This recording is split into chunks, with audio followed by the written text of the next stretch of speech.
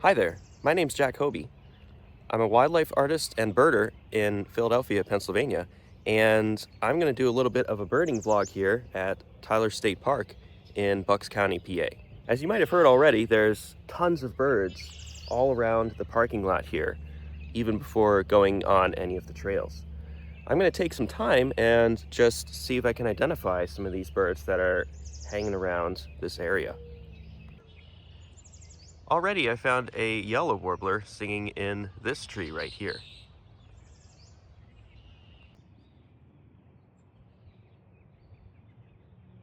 There he is flitting around in the brush.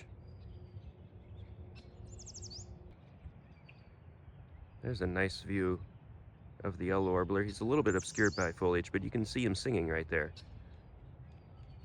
Yellow warblers tend to prefer foraging much closer to the ground than other species of warblers. You can hear they have a distinctive sweet, sweet, teety sweet song.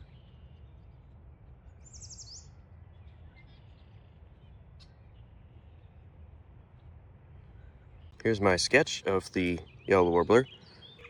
I'm using sketching as a way to help me remember all of the details and birds that I'm seeing a lot better than if I'm just taking things in through binoculars and trying to remember it in my head. One great way to start looking for birds is using sound, because birds are going to be singing, especially in springtime, and calling, and this will often key you into their locations up in the trees, even though you may not be able to actually directly see the birds. So for instance, if I was looking for this yellow warbler, I would first listen for its call, and then I would try to zero in where that call is coming from within the shrubs.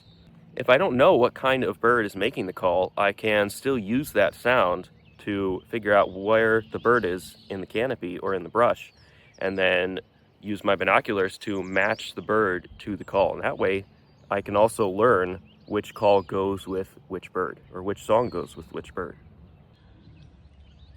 I couldn't get it on camera, but there are also lots of warbling vireos and barn swallows hanging out in this field.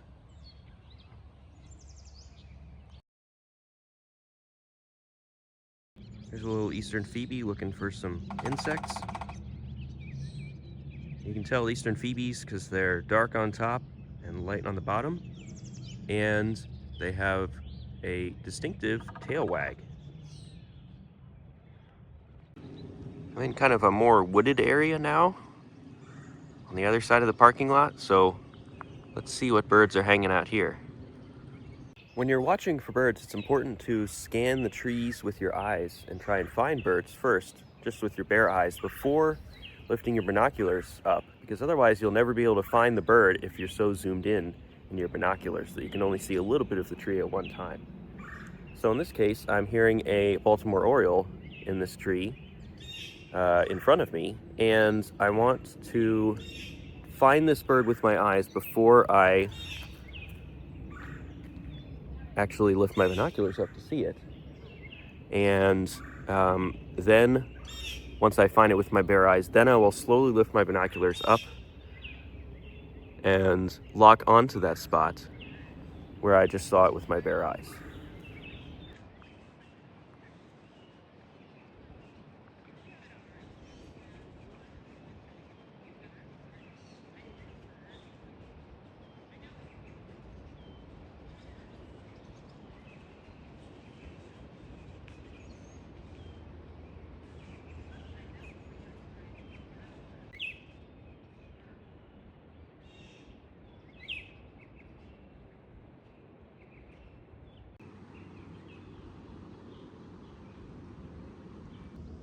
Just had a super cool Cooper's hawk appearance.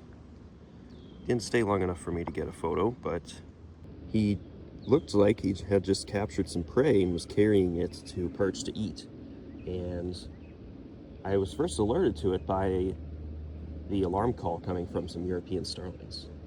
Starling alarm calls are a great way to find raptors, because they will often sort of panic. Starlings will panic and give their little sort of squeaky alarm call right before a raptor flies through, often a Cooper's hawk.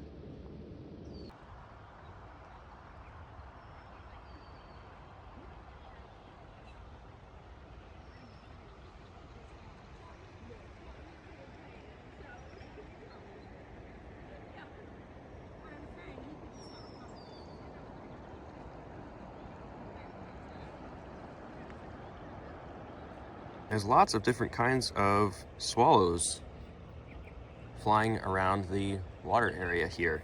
And I decided just to make a comparison between two of the more common species, the barn swallow on the left and the northern rough-winged swallow on the right. It's really helpful to use my pen and sketchbook to compare different species of birds that may look similar and to try and see kind of the differences between those.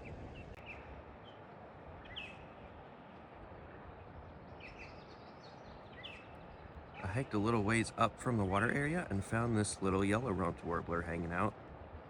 Again, using his song to first find his spot in the trees, and then lifting my binoculars to get a closer look. There's a little wood thrush right there. I first saw him in the underbrush, and then he flew up to this branch. And wood thrushes have a really beautiful song. We're back in the woods now, away from the water, and there's so many different birds making all sorts of sounds. I'm still working on identifying birds by sound. I can identify them by sight pretty well, but especially the warblers, I'm having a little bit of difficulty sorting all of them out. But let's just take a moment and see how many birds we can identify just based off of their songs, or in some cases, drumming.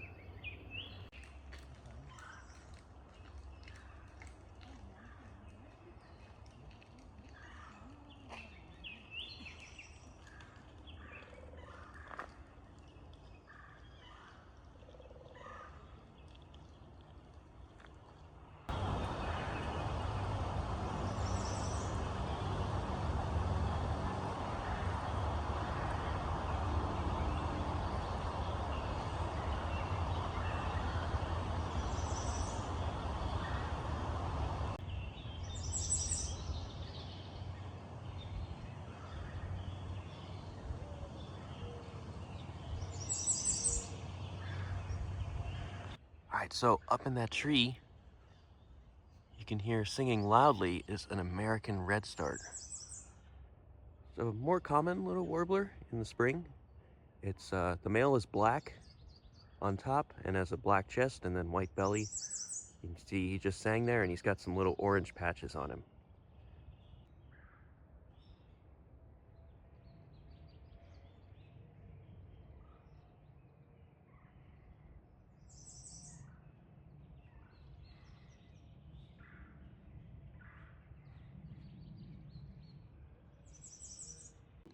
I'm sketching this warbler using a technique called gesture sketching, which is creating a very light framework that's going to go underneath my main sketch. This technique is great because I can quickly capture the essence of a bird and then go back and watch it again and see if I can capture more information, or if the bird's moved, I can start a brand new drawing right next to my first one. We're out in May, early May, which is a great time to see migrating birds in Pennsylvania. It's kind of actually the peak migration time for a lot of the mid-Atlantic region. And migrants that we're especially going to see here right now include the orioles, warblers, as we've been seeing quite a bit. Might also see some unusual flycatchers and these funny little birds called vireos, which are sort of like warblers but not really related to them. So far I've been seeing quite a few migrants, and also some breeding birds like gray catbirds and lots of different swallows that arrived here a little bit earlier and are already starting to make nests. Some other birds like that include the eastern bluebird and red-winged blackbird. So far I've been seeing quite a good selection of spring migrants. Another birding tip is, if you want to see lots of birds, find a spot with water. For whatever reason, birds are drawn to anywhere there's water, anything like a pond or lake or river or even a stream. It's, everything needs water to live, and also it attracts lots of food like bugs and reptiles and small mammals. And especially for the insect-eating birds, that's going to be something that is very attractive. So in this case, Tyler Park has a very nice sort of river system, and you can walk all around it and get a great look at all of the different bird species hanging out here. I use a portable watercolor palette and a water brush to paint in my sketches, and so here I've just added some watercolors to quickly fill in some of the different bright colors that I've been seeing today. It was kind of funny. I painted these in underneath sort of a gazebo or an overhang, and there were lots of little kind of cute little barn swallows that were pretty suspicious of me, and they would actually come up on the rafters right above me and watch me. It was pretty funny to see that. So this is kind of what my finished sketchbook looks like for today. Well, I hope you enjoyed this little birding vlog. Make sure to comment below if you want to see more content like this, and also make sure to subscribe to my YouTube channel for more bird and sketching content. If you want to learn how to draw birds, I also have a really cool online course that will introduce you to the basic techniques I use to sketch birds in the field. Thanks so much for watching.